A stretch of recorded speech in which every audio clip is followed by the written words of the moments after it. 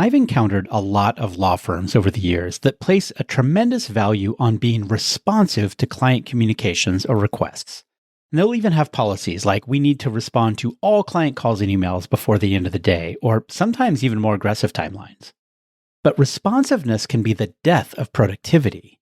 And over-indexing on responsiveness is yet another way that practices fall into the urgency trap I've been talking about the past few weeks. And besides, a significant chunk of those urgent client inquiries aren't actually urgent. They're a version of failure demand. It's work that only exists because something wasn't handled well somewhere upstream. And a lot of that anxiety-driven client communication is completely preventable if the client understands the roadmap for the journey they're on with you for resolving their legal issue. Today, I'm going to show you how to draw that client journey map and turn it into a tool that simultaneously solves a whole range of problems in your practice. You're listening to the Agile Attorney Podcast powered by Greenline. I'm John Grant, and it is my mission to help legal professionals of all kinds build practices that are profitable, sustainable, and scalable for themselves and the communities they serve. Ready to become a more agile attorney? Let's go.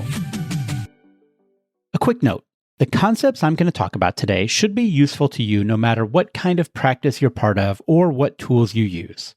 If you'd like, stay tuned at the very end where I will briefly discuss how my software tool Greenline helps support and reinforce the agile practices from today's episode. Hey everyone, welcome back.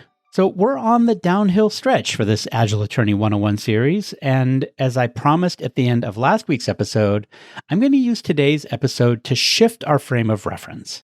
The bulk of the concepts I've discussed so far have focused on helping law practices that are having trouble keeping up with their delivery commitments, right? Experiencing that overwhelm. And I've given you a lot of concrete ideas on how to improve your internal policies and behaviors, and ultimately your mindset, to reduce overwhelm, to improve consistency and predictability, and ultimately get to where you and your team can comfortably and sustainably deliver quality work faster and at a higher volume. Now, all of that, every episode so far in this series has been focused inward primarily, on you, on your team, on your internal processes, and that's intentional because it's hard to build capacity when you're already drowning in work. So my purpose has been to help get your practice from that roiling boil down to more of a gentle simmer. But now that we've started to stabilize things, hopefully you've got some breathing room and you feel like you can step back to look at the bigger picture. Last week, I mentioned that cycle time can be a rough proxy for client experience, but it's really just one data point. If we want to build a practice that truly serves our clients well, and honestly, that's the whole point of having this promise-keeping machine in the first place, we need to understand the full client journey. So we've been managing the work and not the worker, and now let's make sure the work we're managing is actually aligned with what the client needs. And I want to start with a simple question. What are clients actually looking for when they reach out for professional legal help? And first off, I think it's worth stating that by the time a person contacts a lawyer, the problem they're dealing with has to be significant enough to overcome their natural fear and hesitation about working with a lawyer in the first place. If you haven't noticed, the world is sort of culturally predisposed against us, sometimes for good reason, and especially on how expensive it can be to engage our help. So it's a pretty high bar. Now, once they do reach out, I like Professor Daniel Katz's formulation that legal clients have two and only two practical needs that they're looking to solve for. They're trying to mitigate risk and they're trying to navigate complexity. That's it. That's the job. But even within those two things, I'd argue that lawyers tend to over-index on the risk mitigation part. It's where we've been trained to think. It's where our expertise lives. It's saying to the client, here's what could go wrong and here's how I can help protect you. And I think we lead with risk because that's really what law school teaches us to spot. But the client's lived experience of their legal problem is overwhelmingly one of complexity, not just risk. They're drowning in unfamiliar processes, confusing terminology, competing deadlines, and decisions they don't feel well equipped to make.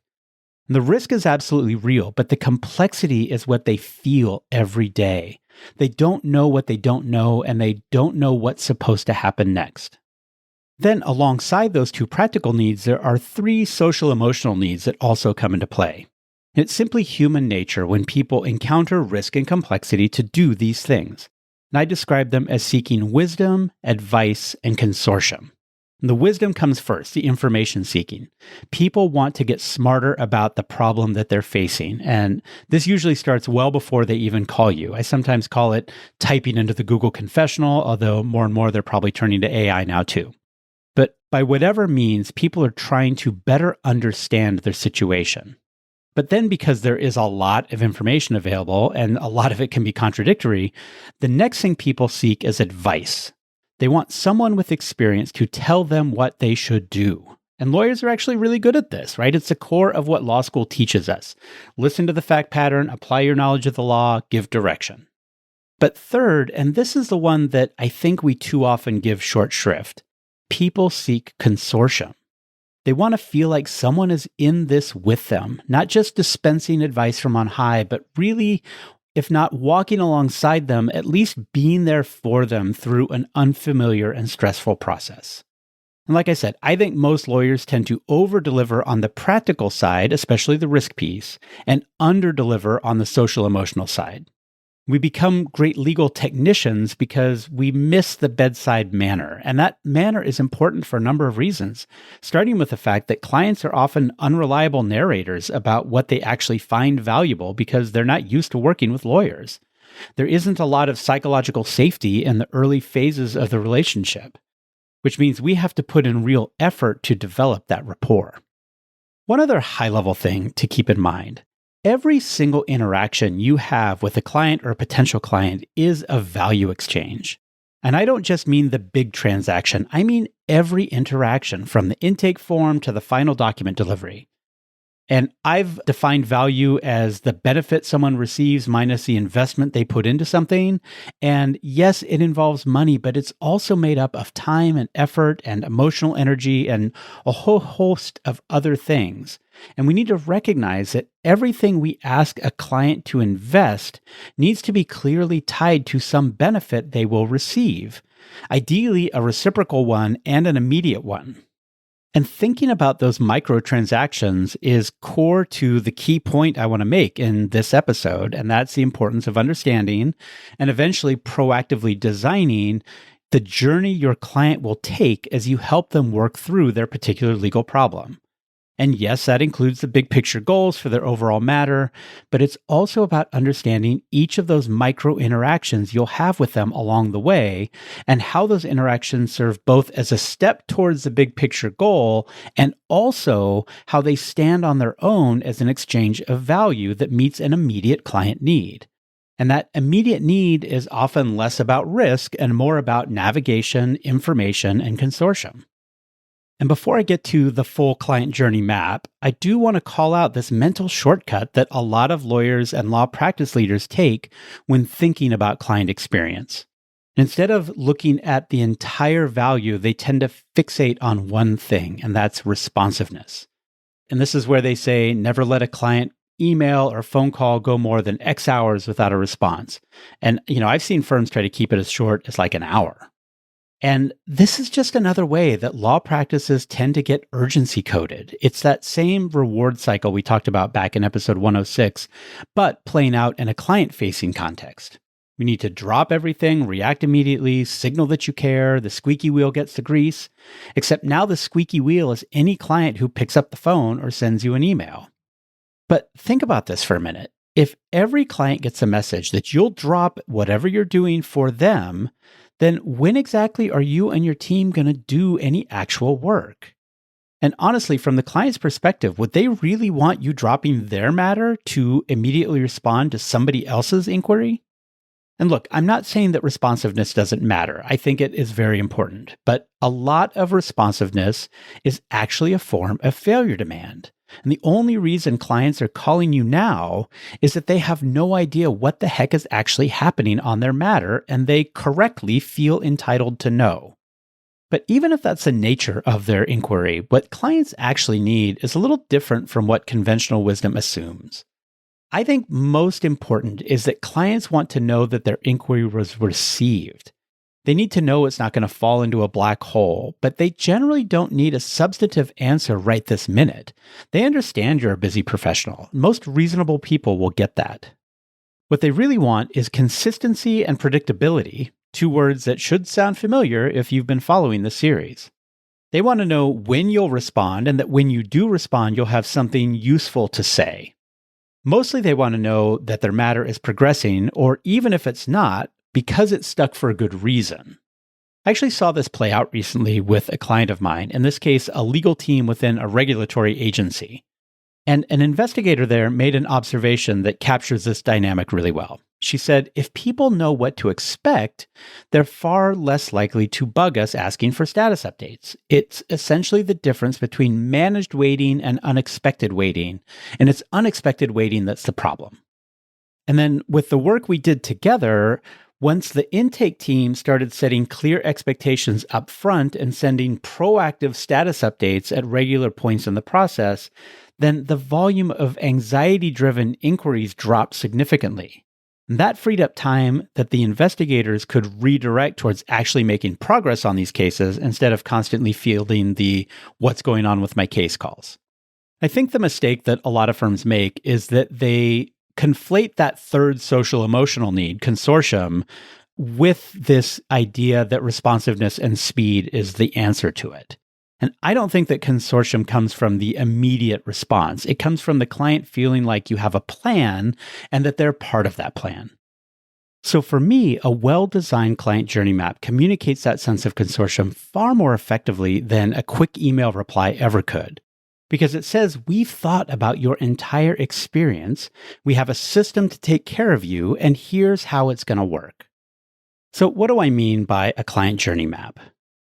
At its core, client journey mapping is a process. It's the practice of describing the entire arc of the client's experience with your firm, from the moment they first reach out for help with their legal problem, all the way through to the final resolution, and sometimes beyond. And I want to be clear, this is not a marketing exercise, right? There is a place for that in terms of building personas, but this isn't about branding or sales funnels or lead conversion. This is about operational architecture. You're designing your delivery system, that delivering the work pipeline, around the client's experience instead of just building it around your internal experience or convenience. And I like to start the process by asking a set of questions that you've probably considered before, but you may not have reduced them to an active part of your process or documentation. And that includes things like how or why does a person encounter the type of legal problem that you solve? What's happening in their life when they finally decide to seek professional help? What finally pushed them over that I need to hire a lawyer threshold we talked about earlier? And it's not just tactical, it's also getting to what is their emotional state when they first come to you. Are they scared, confused, grieving, angry, resigned? What does a better future look like from their perspective? And not just from a legal technicality standpoint, but from a how do I want my life to be different standpoint. And then it's thinking about where in your process are they likely to feel confused or anxious, maybe disengaged or overwhelmed? And what are the points where they need to actively participate, not so much as the customer, but as a member of your project delivery team, where they provide the raw materials and make decisions or show up for something that allow you to move their matter forward?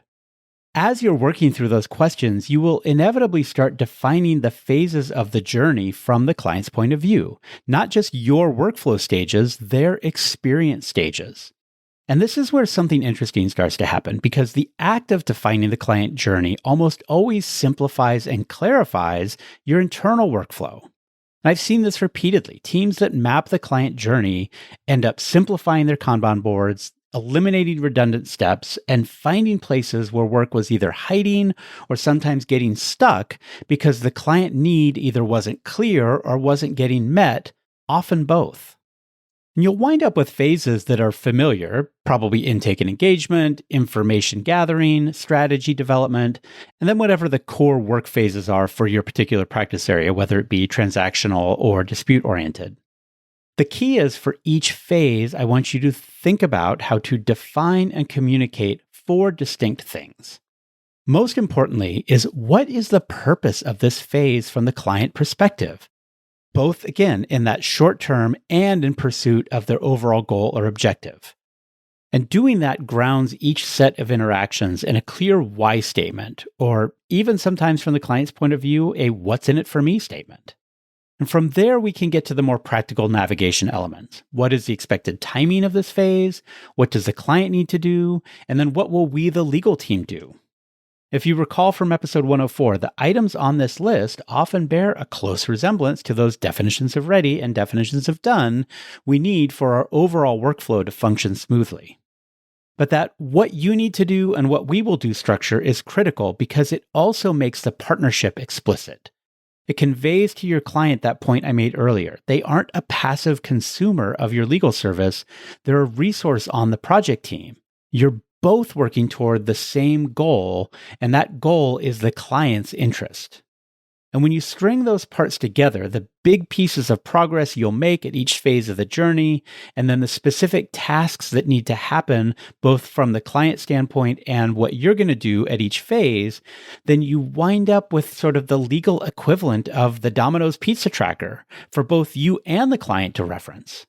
And a quick aside, I know there's a legal intake company using that pizza tracker analogy. It's weird to me that they stop at intake. I'm talking about the full client journey. But once you've got the overall process fleshed out, and then you've answered those 4 questions, the why, the what's the timing, and then what will the client do, what will we do for each phase along the way. And then when you communicate that with the client, you also include a "you are here" marker to help the client understand both where they've been, where they sit, and where they're going. You wind up with a tool that is really effective for that navigating complexity prong of why clients have even reached out to you in the first place. And I'll say there's an opportunity to get creative here. Most of the maps I tend to work on just use numbered steps, but I've seen some pretty interesting versions, including representing stages of work as a mountain to climb with various wayposts along the way, or as a canoe trip across the boundary waters of Minnesota with various islands to visit. Now, one other thing that I think is really important in the client journey mapping process, and probably in one of those onboarding and orientation phases, is communicating a goals section that captures all of the possible benefits of your particular legal service. Clients often come in with 1 or 2 goals in mind, but by articulating a broader set of goals for the engagement, especially calling out things that they may not have thought of, you're doing 3 things simultaneously. Number 1, you're demonstrating expertise. Number 2, you get the client thinking more expansively about what success looks like.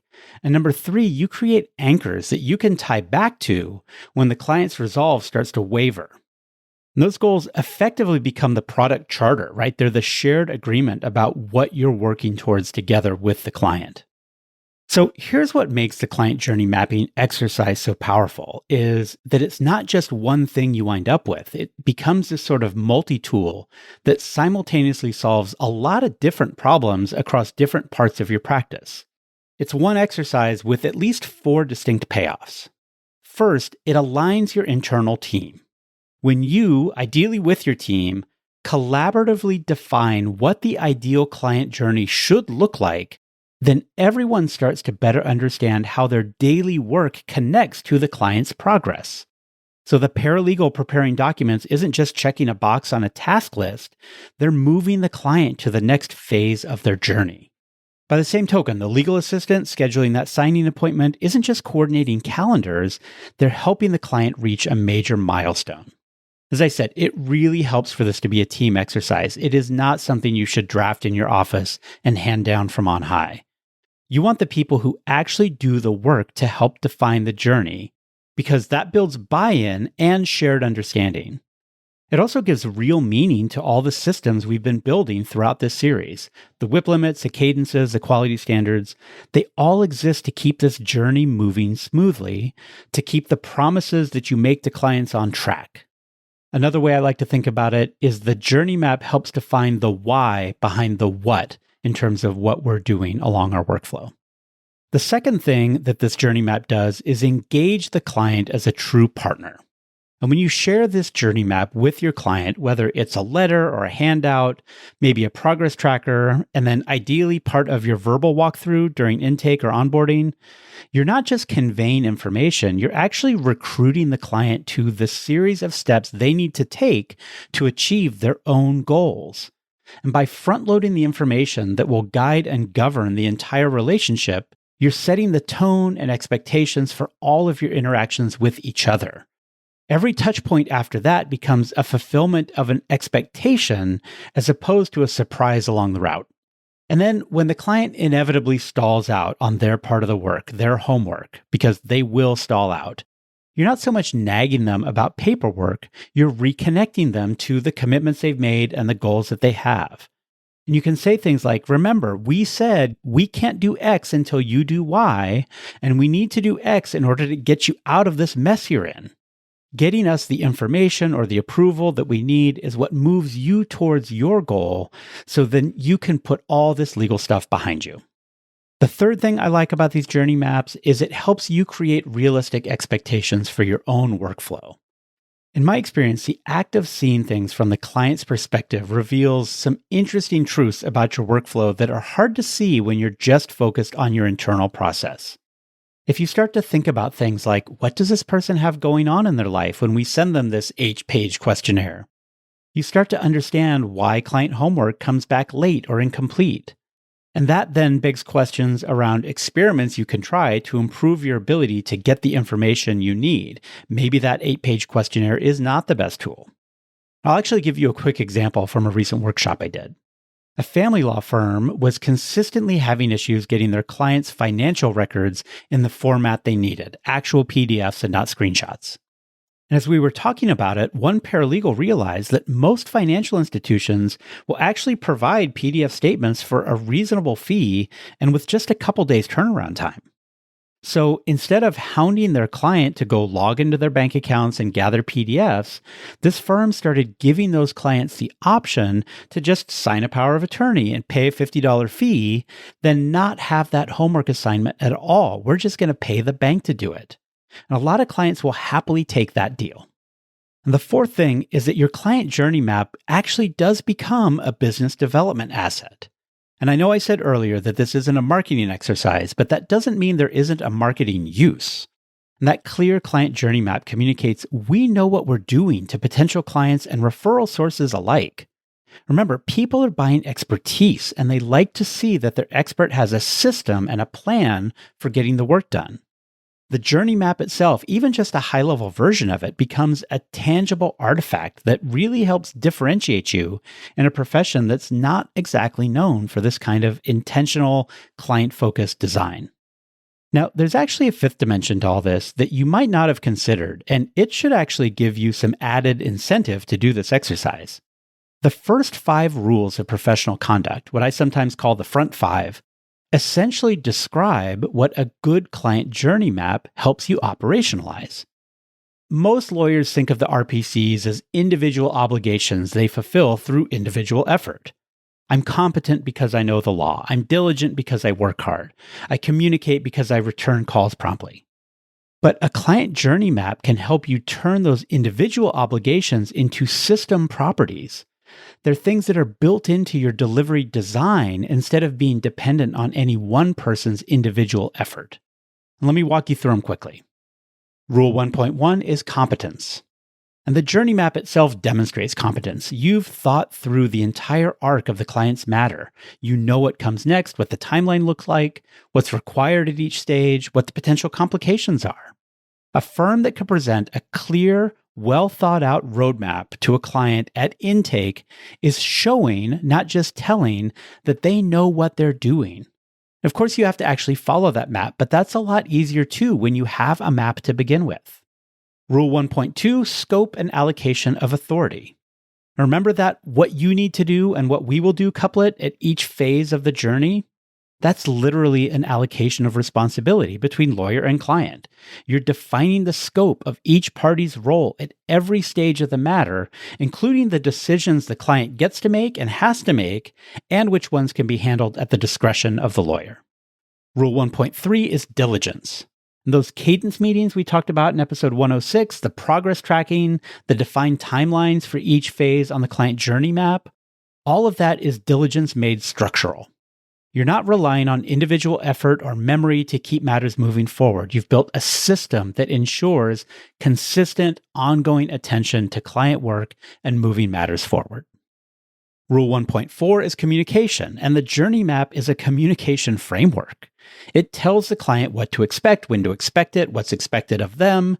Each phase transition becomes a natural communication touchpoint, including an opportunity to check in on assumptions and make sure the goals we originally articulated are still the right ones based on what we've learned. You're not just responding to client inquiries, you're proactively managing the flow of information. And then rule 1.5 is fees. And I'd argue that when a client understands the phases, the scope, and the timeline of their matter, the fee conversations become dramatically easier. The client understands what they're paying for because they can see the work and they understand the exchange of value I talked about at the beginning of this episode. Also, if you're moving towards flat fee, or my favorite, a phased flat fee pricing model, the journey map becomes a foundation for your pricing structure.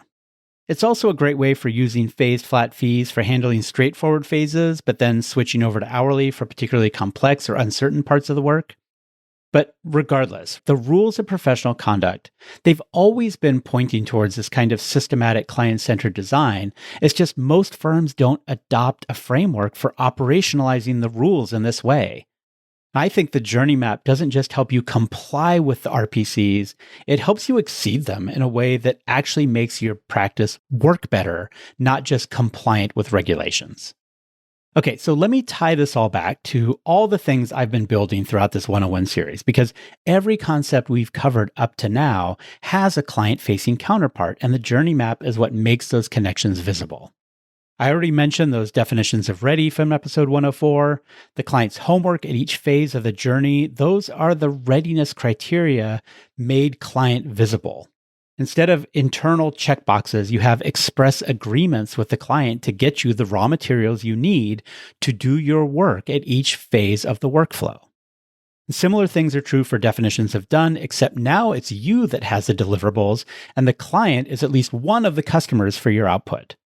It's where I like to have those actual deliverables and not just conversations, because they serve as a tangible milestone to mark progress along the client journey. And that's also part of the quid pro quo and the phase level exchange of value that I talked about at the top of the episode. The other key concept from episode 104 that this map helps with is preventing failure demand. When the client knows exactly what to expect and what's expected of them, then you're less likely to have random questions and status check requests coming out of left field.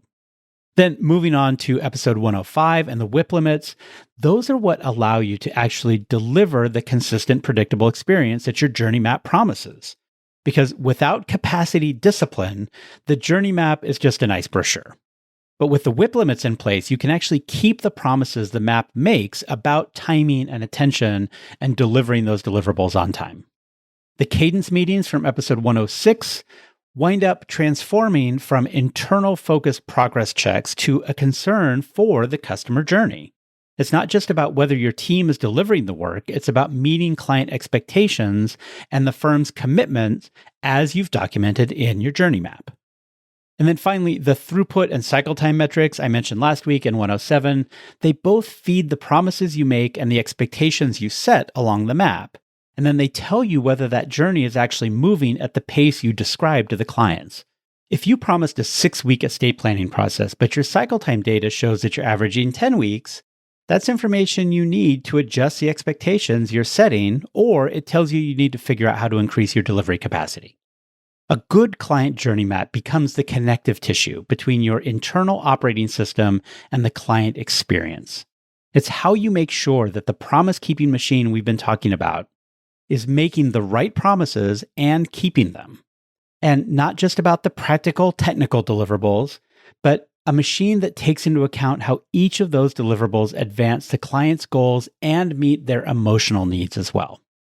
Another way to say it, everything I've encouraged you to work towards in this series so far serves this bigger purpose, creating a practice that can reliably deliver what clients actually need and not just what lawyers think they should be providing. All right, looking forward, today we mapped the journey. We asked what should the client's experience look like, but a map isn't the same as the actual road. So next week, we're going to take this journey map and turn it into operating standards. Things like service level expectations, consistency mechanisms, and the practices that ensure every client actually gets the experience that you've designed, and that your designs are evolving to meet the needs of the client experience. So we've drawn the map. Next week, we'll hit the road. So this is the part of the podcast where normally I'd tell you about some specific Greenline features that support the things I've discussed today. In this case, we don't have a specific client journey mapping feature per se, but all of the workflow tools I've been discussing throughout this series, the quality control templates, the board design tools, the capacity monitoring, the metrics dashboard, they're all designed to work together as part of that promise-keeping machine we've been building. What I do have is a client journey mapping template that I can share with you, along with some ideas for using AI tools to help you apply the template and build out your own journey maps. And my co-founder, Jeff DeFrancisco, and I have also created some example documents from his estate planning and trust administration practice that show what these journey maps can look like in the real world. So if you're interested in the template and those examples, drop me a line at john.grant@greenline.legal and put client journey map in the subject line. If we get enough interest, we'll set up a webinar or some other session to walk through the process in more detail. And if you want to see how Greenline helps operationalize the overall workflow we've been building throughout this series, head on over to greenline.legal and click that Book a Demo button. I'd love to show you what we're building and how it can work for your law practice. All right, that's it for today. If you found this episode useful, please help spread the word by sharing it with a colleague or a friend. And it's been a while since I asked for this, but if you could go into Apple Podcasts, Spotify, or YouTube and leave me a review, I'd really appreciate it. It helps goose the algorithm into recommending this show for more people who could benefit from it. As always, this podcast gets production support from the fantastic team at Digital Freedom Productions, and our theme music is Hello by Lunara. Thanks for listening, and I will catch you again next week.